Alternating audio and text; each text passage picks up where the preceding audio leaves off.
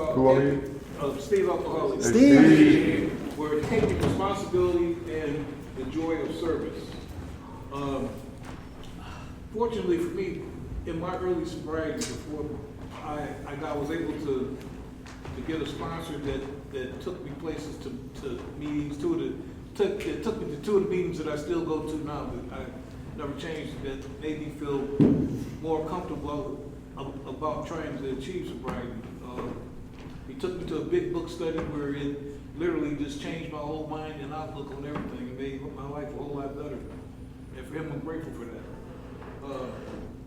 Today we're having Russ M. speak, Shawn K. speak, and Cory B. In whichever order you gentlemen want to proceed. Go ahead. You're here first. You're on the list first. Yeah. Thanks, Steve. Yeah, thanks, Steve. What's up, everybody? I'm Russ. I'm an alcoholic. Russ. You guys heard before, my sobriety date is October 28th, 2021. And I got asked to speak on this topic. I remember when I first got sober, all the times I come in and out of sobriety, I never really got involved in AA. I was here and I went to meetings and I had a sponsor, had a home group, but I could never really take responsibility. And that's what I think that's what I think that this is mostly about, is taking responsibility. I would never really take responsibility for my recovery, because that is my responsibility. And so when I never really understood what was really going on with me, so therefore I could never really take responsibility for my recovery. And that was, I'm not playing a victim. There was many times actually that people, not many times, there was one time, and this was when I first started coming around, Mike referenced it earlier. He looked at me and he said, you know, what you're doing, something, the way you are, something similar isn't gonna work. You know, it's just not going to. And I remember I was 90 days sober, and I had a sponsor, and I thought I knew everything, and I was like, my sponsor says I'm doing fine. I'll be okay. And fast forward 7 years later, I've been in and out, you know, with just the new levels of incomprehensible demoralization, just new levels of it. And so my sponsor could also tell from the few times that he met with me and hung out with me that I was a mad dog. And they reference mad dogs in a few other talks online. I only use the term because I don't have another term for it. But I was never out there in the streets drinking and doing my thing. I took responsibility for my addiction, my alcoholism. I promise you, if I needed to get one in me, I was getting one in me. There was nothing that was standing in the way of me and my next buzz. I promise that. If I had to lie, cheat, steal, manipulate, sell myself, it did not matter, I would do it. Okay? And so I say that because that's the same attitude I have to take when I say I'm taking responsibility for my recovery. Okay, that's the same attitude I have to take. Obviously, I don't have to do all the things that I just described to take responsibility for my recovery. But for somebody like me, that's the same attitude I have to take. And so, I remember when I got sober this time, my sponsor didn't cut me no slack. He didn't need to cut me as much slack. He didn't need to cut me much slack though, because the time that I went back out, I remember I went back. It was the last time I went out. I went out on Thursday or Friday, and I had this great idea, like, hey, I'm gonna relapse on Friday. I'm gonna listen. No, this can blow your guys' mind. I'm gonna relapse on Friday. I'm gonna reintroduce myself Saturday or Sunday, and I'm gonna go back to work on Monday, and it'll all be okay. I swear to God, when the obsession was so on me, that was the justification that I came up with. Okay? Friday happened. Next Thursday, I still hadn't been to work. Okay? And I've been to many meetings trying to do what I thought I needed to do to stay sober for the night, but the problem was I'd leave and I'd go put one in. And so that night that I left, or the night that I showed up in my home group, I was still fresh on my bender. I was less than 24 hours sober for sure, maybe 12 hours away from my last one. And we were reading something in the big book, and it was basically talking about trying to manage your alcoholism. Is the section that talks about we did this, we did that, we found that nothing worked. I remember reading it, and I was just so mad sitting there in that meeting, hearing this read, and hearing everybody comment. And it got to me, and I commented, which I shouldn't have. But I commented, and my sponsor came up to me after the meeting. I don't remember what I said. He came up to me after the meeting, and he said, listen, don't comment for 60 days. He said, do not comment for 60 days, man. You do not need to say anything. And the reason why is because I thought I knew something. I thought I knew something coming in and out because I'd been in and out so much. And the things that I'd learned before were the noose around my neck now. And he knew that. He could see it. Somebody said something earlier. They said a sponsor's always right. The sponsor's always right because they speak from experience. They speak from their own personal experience. That's their job. And that's why they're always right. It comes from a place of love, and I believe God backs that 100%. So I left that, and my sponsor said, I can't do anything for you after that. I said, I think I'm probably going to drink again. He said, yeah, you probably are. You're probably going to die an alcoholic death. There's nothing I can do for you. I gave you everything I've got to give, and there's nothing I can do. You better pray. And I left that night. And when he said pray, I better pray. I was like, oh yeah, like I didn't think of that. Like that's really the way my mind was. Like, oh yeah, I didn't think of that. Like, oh, I haven't been praying. So I left that night, and some things. So I say this because some things happened outside of me, and I just happened to be present. Okay, and they created what the big book talks about. It talks about a spiritual experience, or a rearrangement of ideas, emotions, and attitudes, which once used to guide us are now set to the side for a completely new set of ideas. And so some things happened outside of me, and I had a break, a complete break inside of me. Something finally just snapped. Okay, I'm getting goosebumps talking about it because this is the moment where I started to take responsibility. This is the moment where taking responsibility for my recovery happened. I screamed, cried at God, and I offered him everything.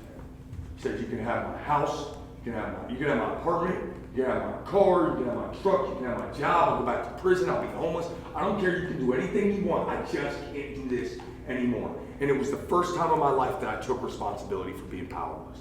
And that I had no idea what I was doing. Okay? And so I went home that night, met with a buddy from AA, Patrick. He wouldn't mind me using his name. I met with him, he came to my apartment, and that's the way AA has been. That's service. We're getting ready to talk about the joy of service. That man showed up to my house, sat with me for a couple hours to make sure I'd be okay, and then went home. AA has never not been there for me. And so I guess what I'm getting at is it can be real easy to, I guess it'll be real easy for someone if they're really shown the way I was shown. My sponsor and the people in AA showed me how to do service, showed me how to toe this line, okay? And so the beautiful part is when I take responsibility for my recovery, okay, I get to take ownership of my powerlessness, and God gets to take that from me. But I have to do some work too. I got to do some work. I got to show up to my home group. I got to be an actual member of Alcoholics Anonymous. My sponsor has to know he's my sponsor. I have to talk to him. I got to work the steps. And then as far as the service part goes, I mean, I'm going to use this because I remember when I first got sober, my sponsor and me used to go fishing a lot. And I would go, and it was always about me catching fish. That's what it was about. It was about how many fish can I catch?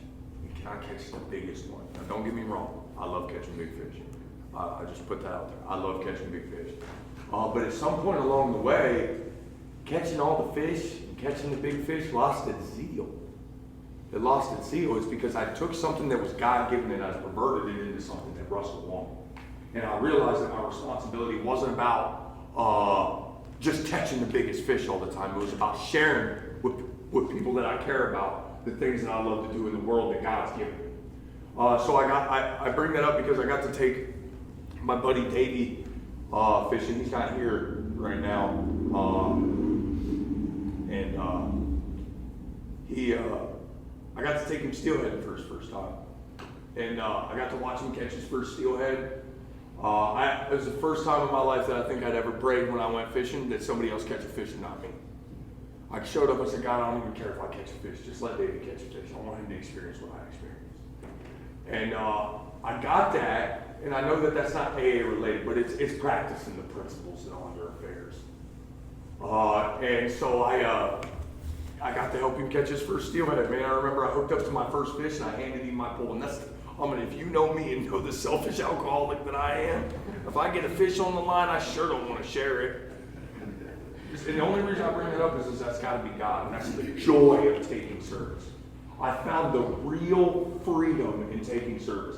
Before, when I was going to catch the big fish and catch all the fish, I was seeking relief. I was seeking something else. The joy of service is the freedom that you get from it. Okay, I'm not a servant. I might be a servant, but I'm not a slave. I'm not a slave. And so I remember my sponsor asked me to do something. He asked me to be a host for a speaker. God rest his soul, Kenny. He died of cancer. He came to speak for Founders Day in AA. Just the most down-to-earth, cool people I've ever gotten the privilege of meeting, you know. And I remember when he asked me to do it, I was like, okay, cool, I'll do it. Like, no problem. I was like maybe a month and a half sober when he asked me, and he looked at me and he goes, now I'm asking you this so you got to stay sober. Because I'm one of them chronic relapsers. I've been in and out so much. I do part of the program and say I did all of it. I think 99% is good enough, you know. So, long story short, I stayed sober, but I did that, and it was the first time. Now I've done small service up to that point. I've done things like making coffee, showing up early, setting up for the meeting, stuff like that. And those are the things where everybody has to show up. It's where I get introduced. It's where I first start to learn that it's not really about what I think and what I feel. It gives me freedom from the bondage of self. That's the joy of service. And so I got to host these people, and for the whole weekend, and I got so caught up in the idea that I'm here to serve them, and like I got to do this, that like they would try to like buy me dinner and stuff because they were so grateful for what I'd done for me driving them around and stuff. I'd be like, no, can't buy you dinner. You can't buy me dinner. I'm here to serve. I ended up getting weird by the end of the weekend. That's the truth. I ended up getting a little weird by the end of the weekend. By the end of the weekend, I was so caught up on what I thought I was doing that I forgot that this was all about God. And I became self-absorbed even in service. I'll tell you, there's nothing better than sitting down with the newcomer and watching the light turn on. Like just sitting down, man to man, bearing all. There's nothing more intimate and rewarding than watching that happen. And I've had the privilege of chairing the poker run, and I've had the privilege of doing a whole lot of things, and I understand now why the service structure rotates and why it should rotate so often. Because if I do something for too long, I'm going to start to manage it inherently. Okay? It's just what it is, because I will become good and effective at it. Okay? And that does not, if you put me in any circumstance, managing it too long, I will not give God the opportunity to show up in the miracle recovery to happen. I just won't do it because I'll get too good at what I'm doing. And the things that are the best are hindered by what's good. Okay? And so I honestly, it's where I find I would say 99% of the joy of my life is when I get to serve, when I get to be of service to other people. We were talking earlier about I don't go to a meeting to get anything out of it anymore. I really don't. I don't go to a meeting to get some profound statement, although that happens at times. I go to see what I can get back, because the truth is I've been given everything. I told somebody this earlier today. Man, if you would have asked me a month sober what I thought my life was going to be like at 3 years sober, I'd have missed by so much. I'd have missed by so much. And it wasn't because of all the work that I put in. It's because I made God and Alcoholics Anonymous first. Priority in my life.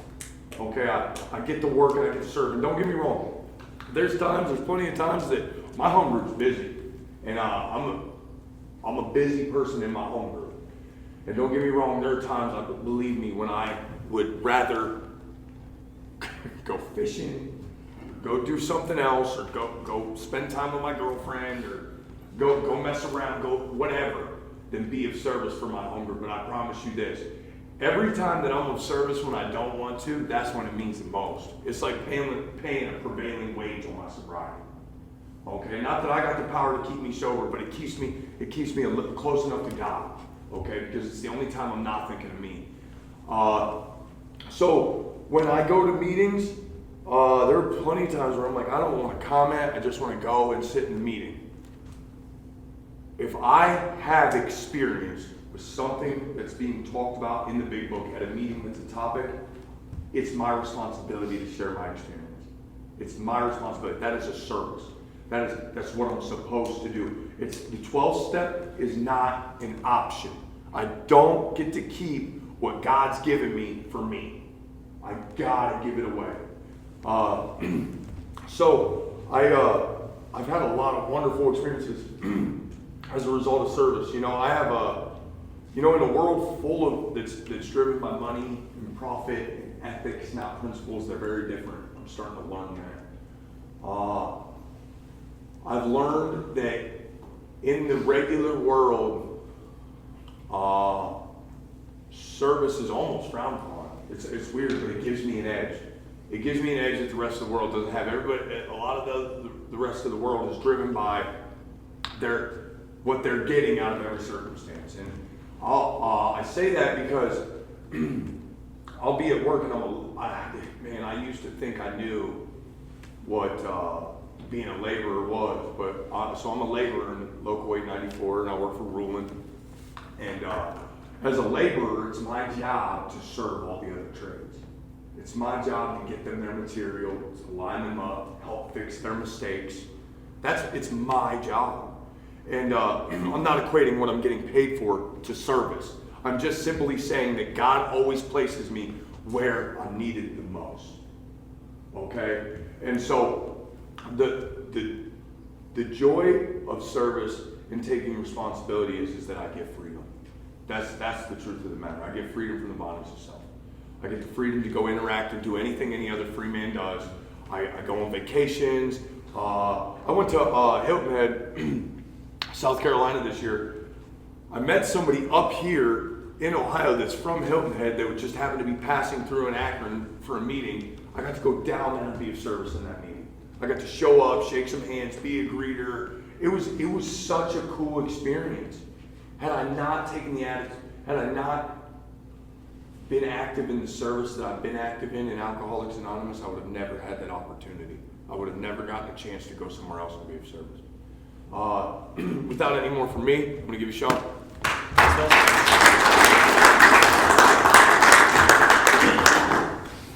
Hi everybody, I'm Shawn, I'm an alcoholic. Shawn. Like I said before, my sobriety day is July 11, 2023. Thank you guys again for all of this. It's been a super solid day. It's really cool that we get to do stuff like this. Let's see. So, like I was talking about before, I used to come to these meetings and I still never really felt like I belonged. I felt it separated me from AA. And so, I have alcoholism, and we all have alcoholism, and my alcoholism is trying to constantly separate me from everybody else. It wants me alone, it wants me busted, and it wants me drinking or dead.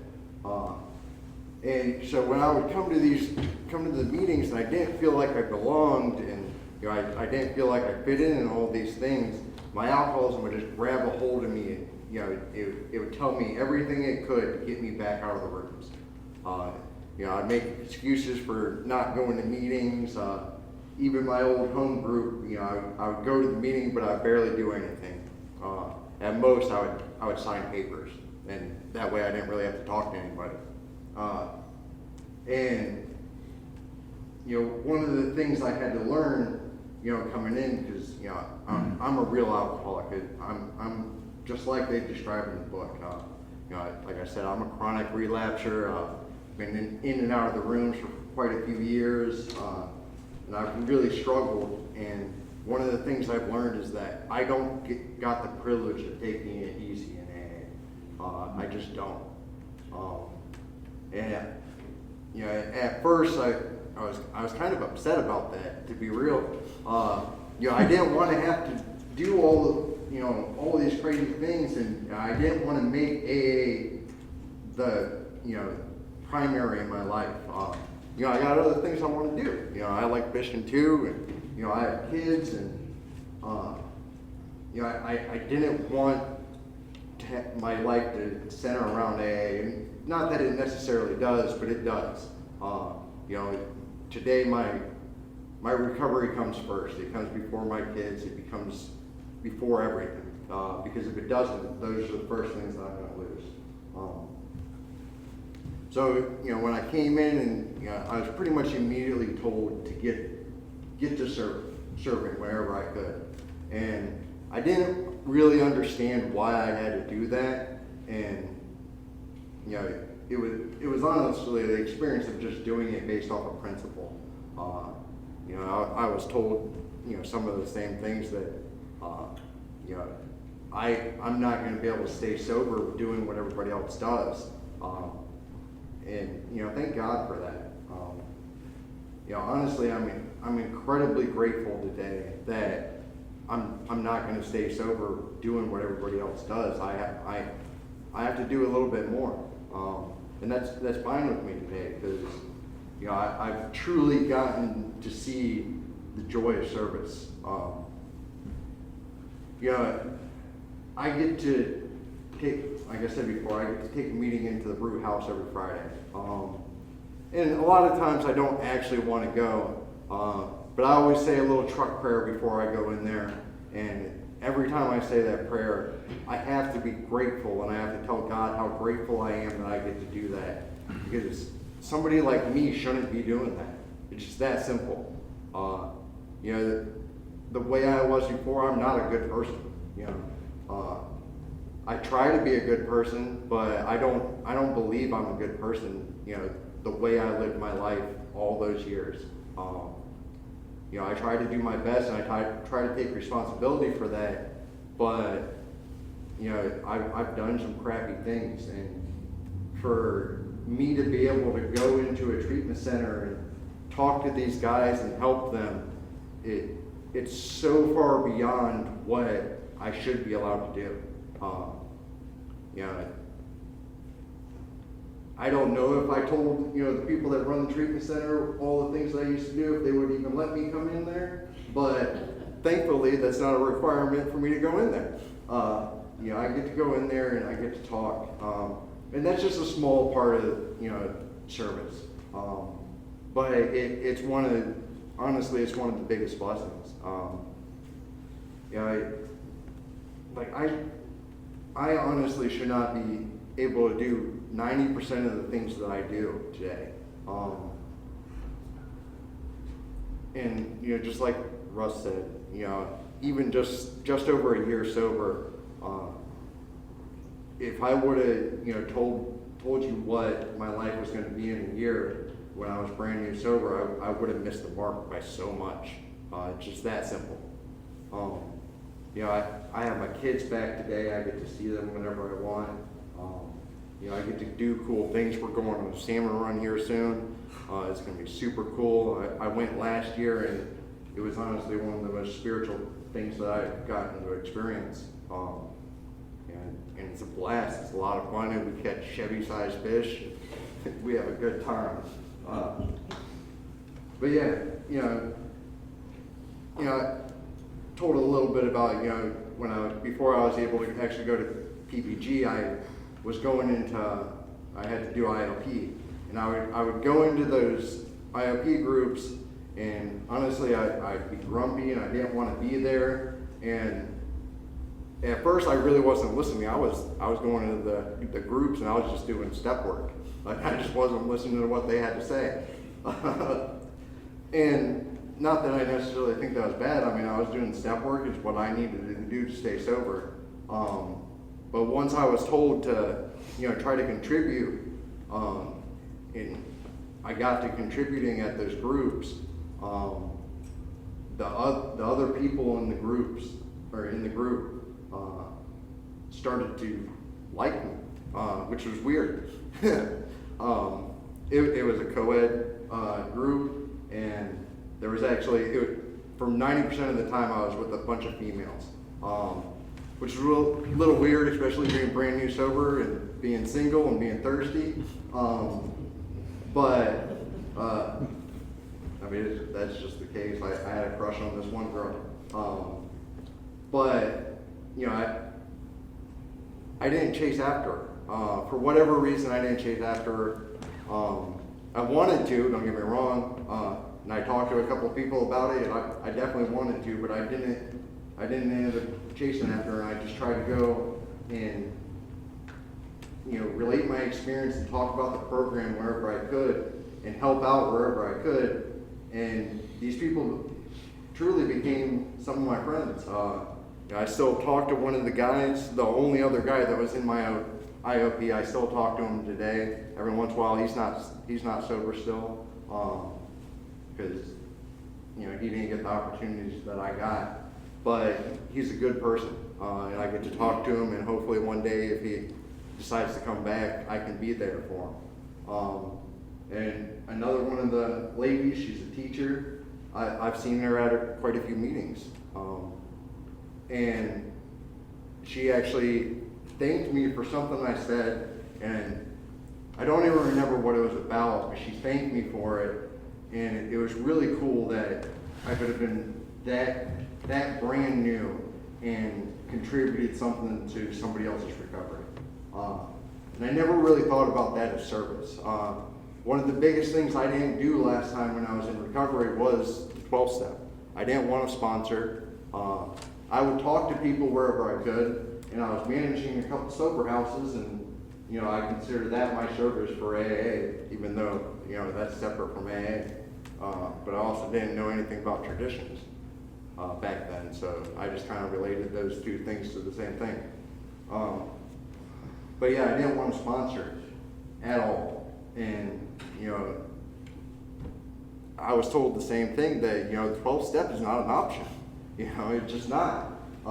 And honestly, I was scared at first before I got my first sponsee. I was terrified I was going to mess them up somehow. But eventually I was willing to do it because my sponsor told me to, and like Mike said earlier, for some reason sponsors are always right. Even when I don't want to admit it, they're usually right. So I got to work and I got to help, since then I've got to help a couple guys go through the steps. And, my first sponsee, he didn't stay sober the whole time, but he's back to being sober. I just saw him Friday at a meeting, and he's doing really good. He still doesn't call me or anything, but I got to be a part of that. And, it's amazing. And I never thought in my wildest dreams that I would actually be able to contribute to somebody else's sobriety. Now, I don't mean to make it sound like I had anything to do with that. I 100% believe that is all God. I don't even have the power to help myself stay sober.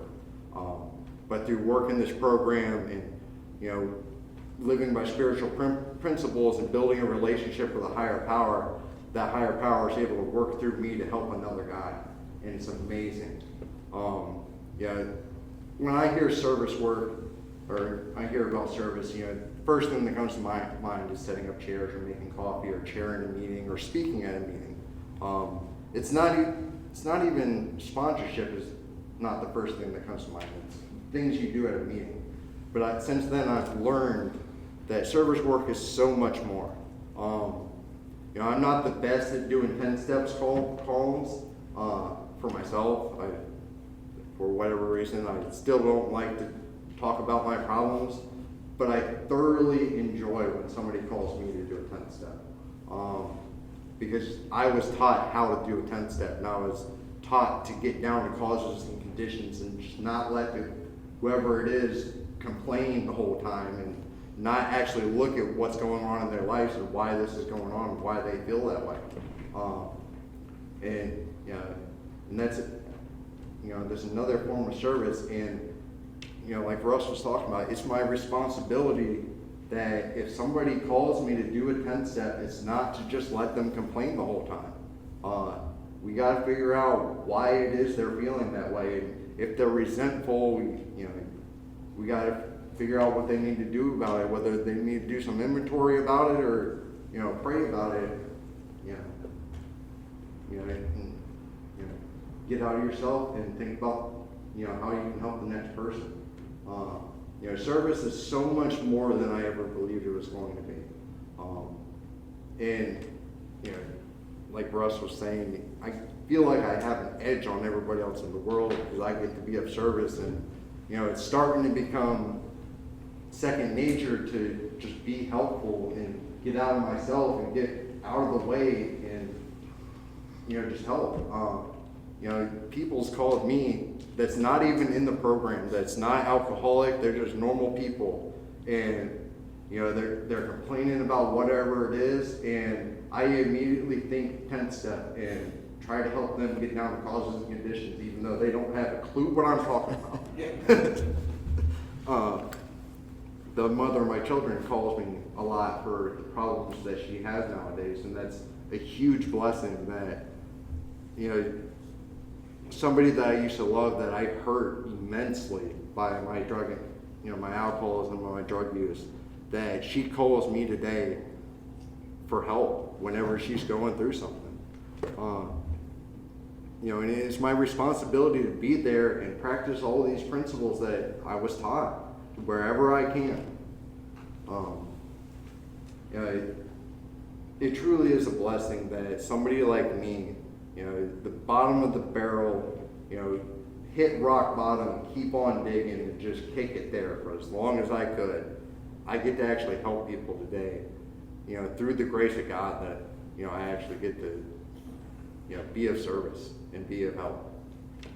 I think that's all I got. I'm going to give you guys Cory.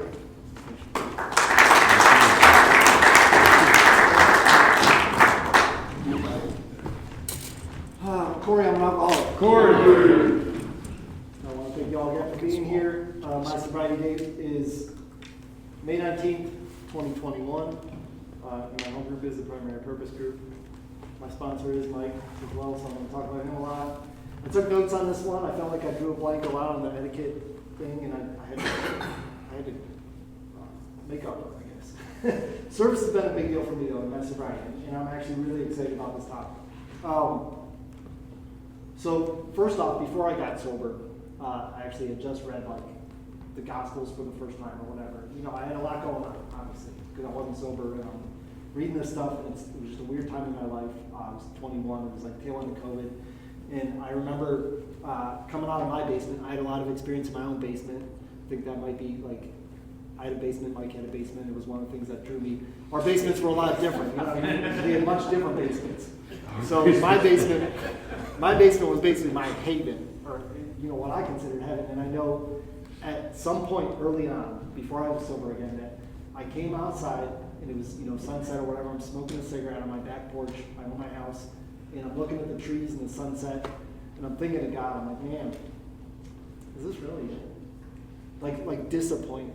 You know what I mean? Because I had gotten a good job, I'd gone to college, I'd gotten all this money, and it wasn't. I was checking boxes without knowing. You know what I mean? And I remember saying that prayer to God, and stuff kind of started to happen shortly after that. So I'm gonna come back to that later. As far as service goes, I have a number of service commitments right now. The big one, the one I'm actually most excited about is the Archives is doing a virtual tour of the Akron Intergroup Archives. We have a ton of awesome stuff at the Akron Intergroup. History, historical, ton of information, really cool stuff. I'm working out with my sponsee, Drew.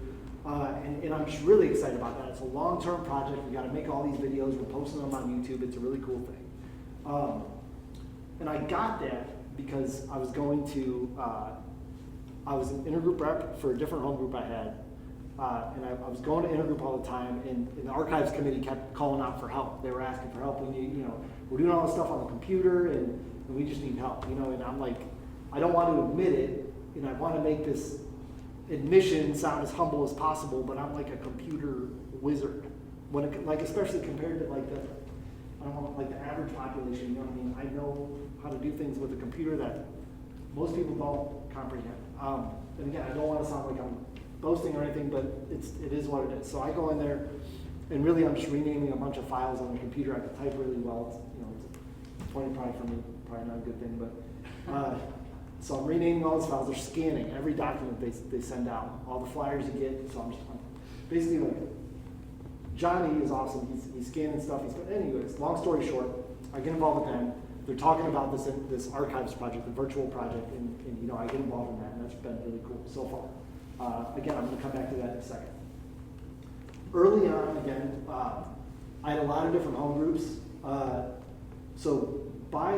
There was a couple home groups. I worked at the Paradise Club for a while, so I went to a lot of meetings at the Paradise Club, either before my shift, on my shift sometimes, or just in between. And so I ended up getting involved with a lot of them. And one of them was A by the Brook, and it was a literature study. They met early in the morning. I was there. I got paid actually to unlock the door and be there because I was employed or whatever, and it was really cool. But I got very involved with them, and I was showing up early. I was making coffee. I was making sure the door was unlocked for the people that get there an hour early. Setting up chairs, doing all the fun stuff. And that was kind of my first taste in service, and it was, for me, it was nice to feel useful. It was nice to feel useful and be useful to others because I'm just so selfish and self-centered that I don't normally consider other people. So yeah, and like groups like that I had become a part of and became a very regular attendee at early on. I would end up getting involved. They'd talk about home group stuff. I'd be like, I'll be a home group member, not really knowing what that meant or what that entailed. And so I ended up getting involved with the intergroup that way for a number of different groups, and that's how I met the archives committee. So I didn't start coming to PPG until about a year sober, and I heard about one of the workshops. Mike and Jeff were putting that on and facilitating it, and that was like my first experience. I was probably a year and a half sober, maybe 2 even.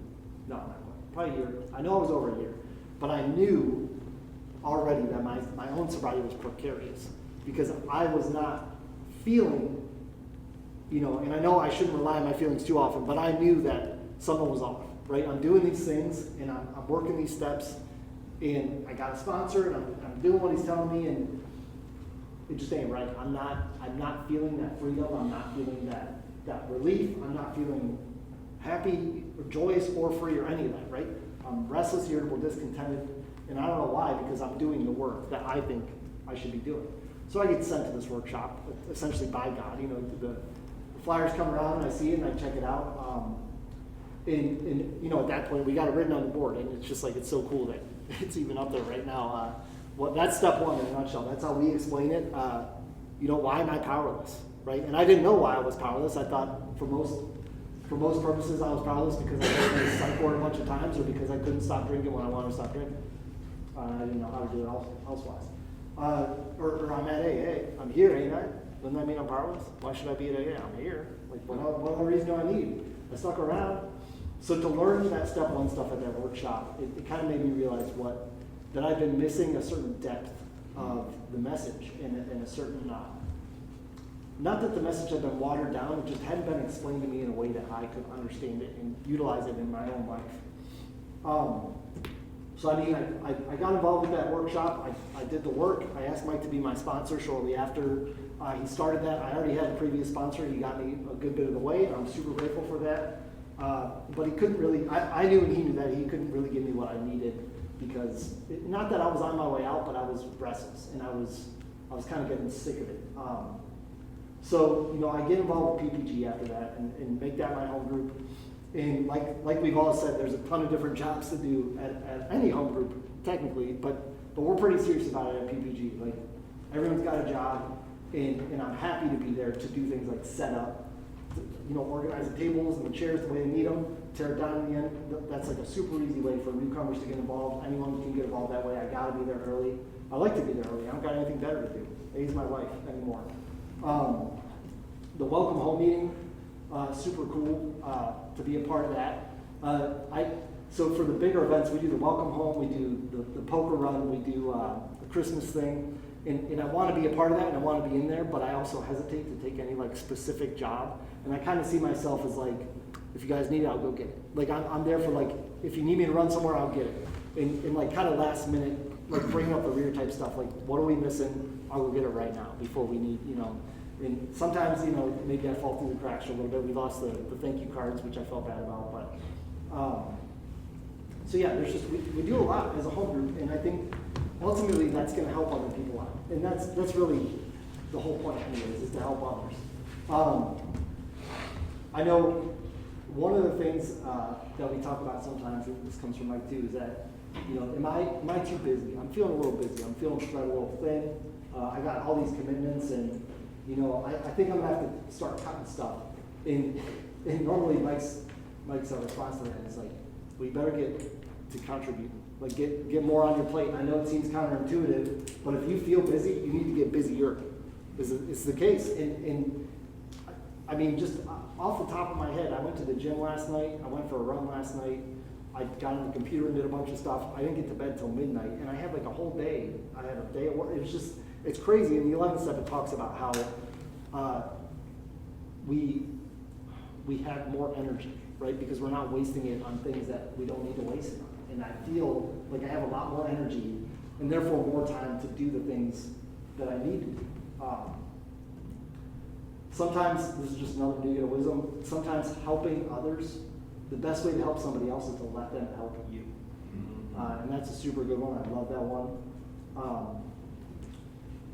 So I'm going to talk about it a little bit. The Monday 12 and 12 too, like being a part of that has been really cool. Seeing the meeting get started. It was backed by PPG in the first place, but we wrote our own format for that. I was a big part of that. A bunch of people helped with that. We still need help with that, by the way, guys. We're not done with that, but we'll get to it, right? And now I'm going to be starting my own workshop following the same format that Mike follows in his workshops. That I've been there for it, and I know what to do. Russ is doing it now. I think it's super cool. I haven't been to his, but I get the idea, and I'm really stoked about that. To be of service to others, and to help people who may not recover otherwise. Russ might reach somebody that I can't. Mike's going to reach people I can't, and I'm going to reach people they can't. It just is what it is. So for some reason, I'm on earth, and God has me here for that reason, and it's because you all can't do what I need to do, essentially. You know what I mean? Not that I'm special or nothing, but I can do things that you guys can't. You guys can do things that I can't, and I need to have a purpose. I need to have a route to go, and right now that purpose is the primary purpose, which is the primary purpose of alcoholics is to carry the message to the alcoholic who still suffers. And that is my guidepost, right? That doesn't necessarily mean I have to make my entire life about AA. A substantial portion of my life today is about AA, and it is about going to meetings, and it is about giving back to alcoholics who need my help because I've been given that opportunity. But I live a life outside of AA. I have a home life, and I have a family life too, and not necessarily all those are interconnected. So, I ask myself sometimes, what ultimately is the purpose? I didn't get sober so that I could hide out in meetings. I didn't get sober so that I could hide out in AA, only hang out with AA people. I got sober so I could love the people about me. It doesn't matter who they are. I got sober so I could love anyone around me, not just alcoholics. It just happens that the best way for me to practice loving anybody is to practice starting in AA, practice by starting by loving alcoholics. So, a little bit more about my background. I thought, before I was sober, I thought I was God. Like, I thought I was, I thought any minute you guys were going to, string me up on one of those things because I was like, it's just, my mental state was very poor.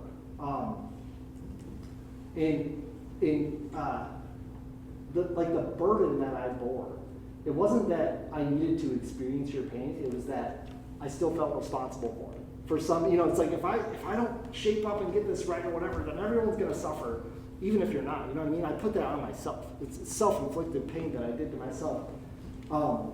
But I've been studying the Bible more, I've been going to church and all that stuff, and I met another group of people who are really into that. And I have a close friend of mine who said, most guys, especially guys, we see ourselves as like being the superhero of our own story. We're in a movie and we want to be the superhero. We want to be the protagonist. We want to be the guy with the sword and the shield and just like leading the charge, right? But then like, as a Christian, like we want Jesus to be the superhero, right? And in AA, we want God to be the superhero. And so we give God the power to do that.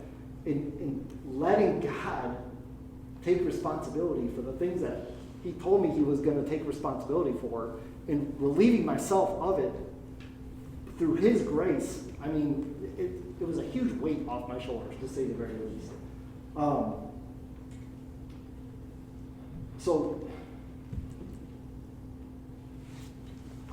don't know, this is a couple things I do outside of it, right? So I got this job working with severely autistic children. You know what I mean? Something I never thought I'd be doing, but I was able to be there and serve because I'm a servant to God who knows about it. I talked about the guitar thing. I volunteer for a hospice service, I guess, and I meet with a patient once a month who's basically knocking on death's door, to say it in a nice way, and I go and play guitar for them for an hour, and then I leave, and that's that. And I had some lady the other day tell me, when I listen to that, it feels like I'm walking on water. And it's just like, I don't deserve that kind of praise.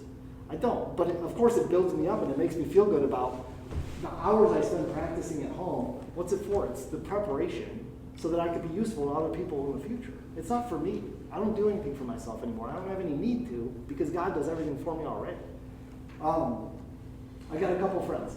So I'm going to talk a little bit about answered prayers real quick.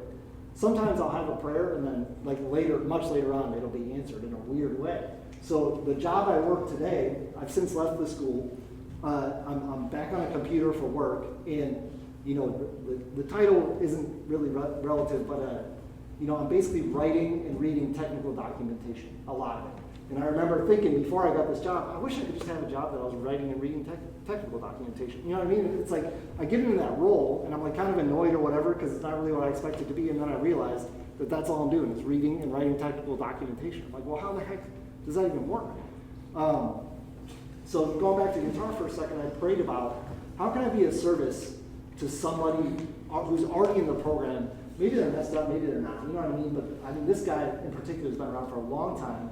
And he's into music, and I remember thinking, really praying one day, man, that would be something cool that I could do for this person, is go over there and help him out with some music stuff and do some, just to collaborate musically with this. And he reached out last week, you know what I mean? I made that prayer months ago. He reached out to me last week, we met up Wednesday, super cool thing. I have a buddy, his name's James.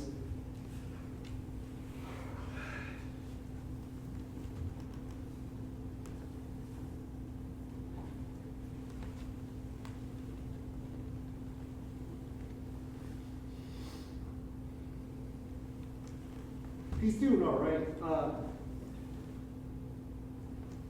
He's not really one of us. I mean, he's sober, but he's doing on his own. I don't think he's really got but he's got testicular cancer is the thing. He just had some pretty major surgery. He's about my age, and him and I have been playing a lot of music together.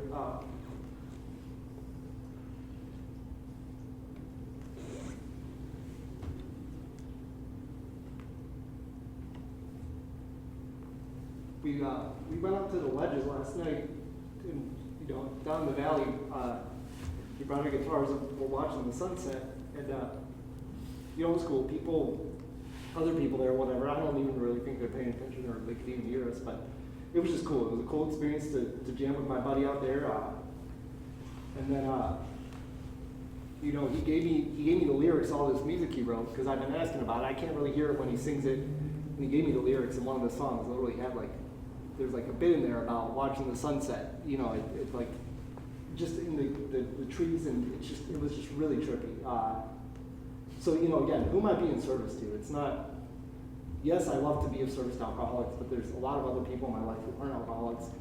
And if I didn't have the opportunity, I wouldn't be of service to him either. I have another very close friend of mine where I know for sure that, you know, I'm helping him in a lot of ways. I have another same thing, you know. So one thing too, real quick, I want to say is I remember early on in the meeting thinking about guitar again, and just like, you know, I'm proud. I'm allowed to take credit for what I'm good at, and I'm proud of being able to play the guitar. And I got a lot of like, oh yeah, that's great, you know, around the meeting. But later on, I realized that it's not right. I shouldn't be proud. I have no reason to be proud. I do have every reason to be grateful that God gave me the opportunity to sit and practice as much as I did, and to be able to get that back in a lot of different ways. And I realized from that being grateful is an awesome tool that I can wield against my own pride. It's like the greatest weapon against my pride is gratitude. The last thing, I met my mom for breakfast this morning, and so that first prayer I started with, it's over in the same area right over on Oakwood. You know, I remember seeing that tree line and just looking out, and God, is this really it? And this morning I got there early, and I'm staring at pretty much the same tree line, you know what I mean, right down the block from where I live. And I'm waiting for my mom, and I'm looking up at the sky, and there's like a crow and a hawk flying around fighting each other, whatever. I'm just watching the sunrise, and it's nice. It's a nice morning, and my, you know, the prayer got answered in a way. It was really God saying, like, is there anything else you really need? What else do you want? Wow. And it was just such an intense experience this morning.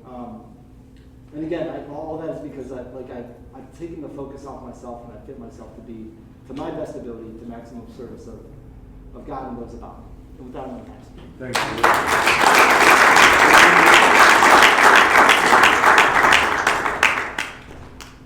I'd like to thank everybody for speaking.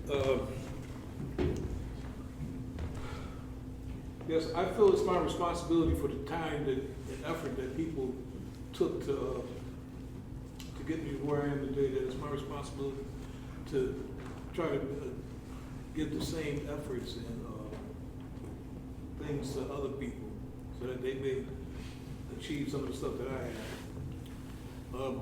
I guess we'll have to close this down now, and we'll start back at 4 o'clock. Thanks, Steve. Thanks, Steve.